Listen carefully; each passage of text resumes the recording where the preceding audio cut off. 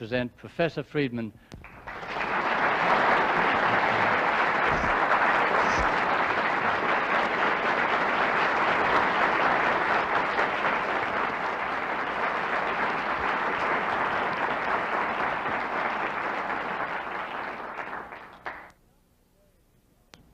My topic today, as you know, is who protects the consumer.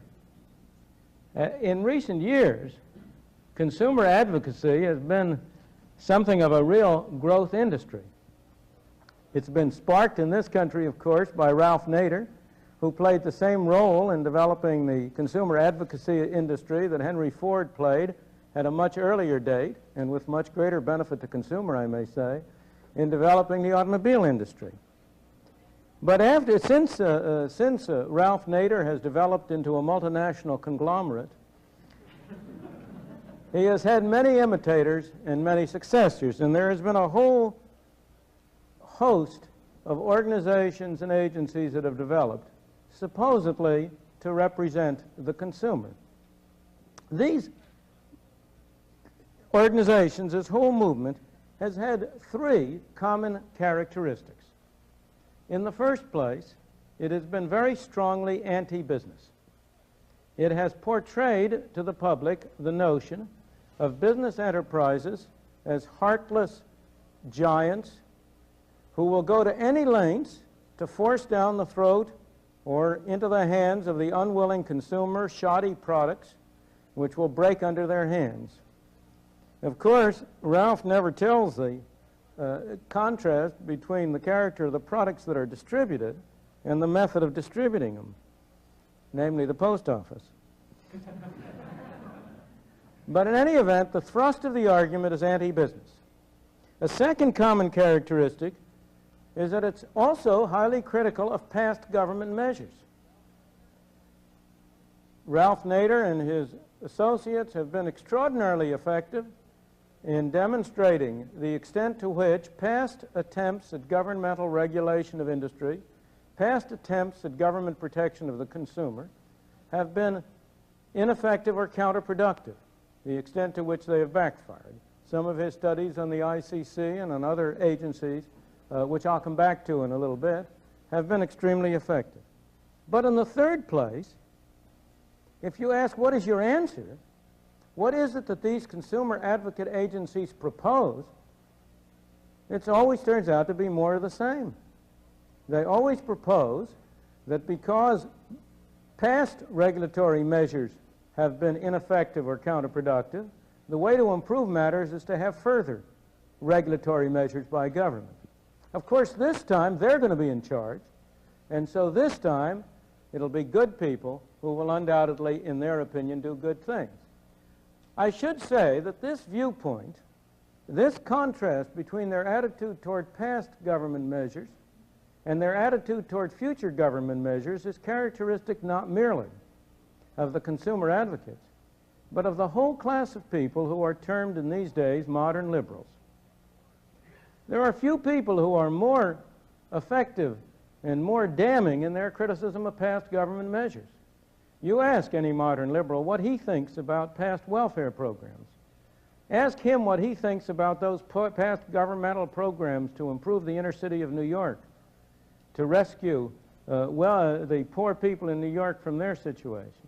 Ask him what he thinks about past government control of railroads or of anything you want. Indeed, I have increasingly come to the conclusion that the best way to define a modern liberal is as someone who thinks that all past laws are bad and all future laws will be good. Because when it comes down to what they propose to remedy these evils, it always turns out to be the same kind of things that have failed in the past. The movement, the so-called consumer advocacy movement, in its own terms, has been enormously successful. There's been a meteoric rise in the number of governmental regulatory agencies ostensibly designed to protect the consumer. The old agencies, and here I have to refer to my notes because otherwise I wouldn't remember all of them, the ICC, FDA, SEC, CAB, FCC, FTC, FPC, have been supplemented by a host of new ones. The NHTSA, the OSHA, the OPA, the EEOC, the CPSC, the CFTC, the NTSB, and so on. Note that one of the effects of the increasing crowding of the spectrum has been they've had to go from 3 alphabetical letters to 4. I challenge you indeed. It's an interesting contest. We could have a kind of a classroom contest to see if you could translate those esoteric initials I gave you into the names of the agencies, all of which I may say are out there to protect you, supposedly. In 1975, there were at least 27 major federal government regulatory agencies. They issued 60,000 pages of rules. 60,000 pages of rules or proposed rules in the Federal Register.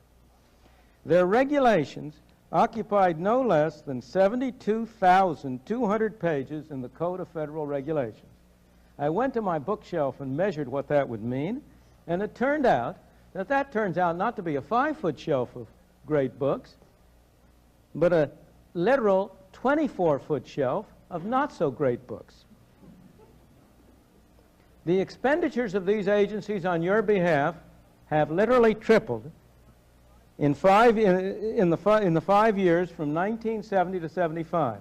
That's the latest year for which I have figures.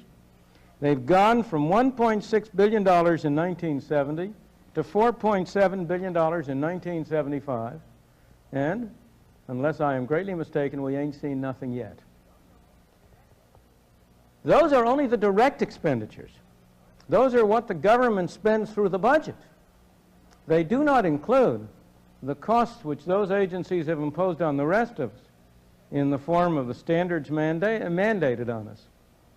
If you take, as the simplest example that is most familiar to all of us, the so-called anti-pollution and safety requirements on automobiles.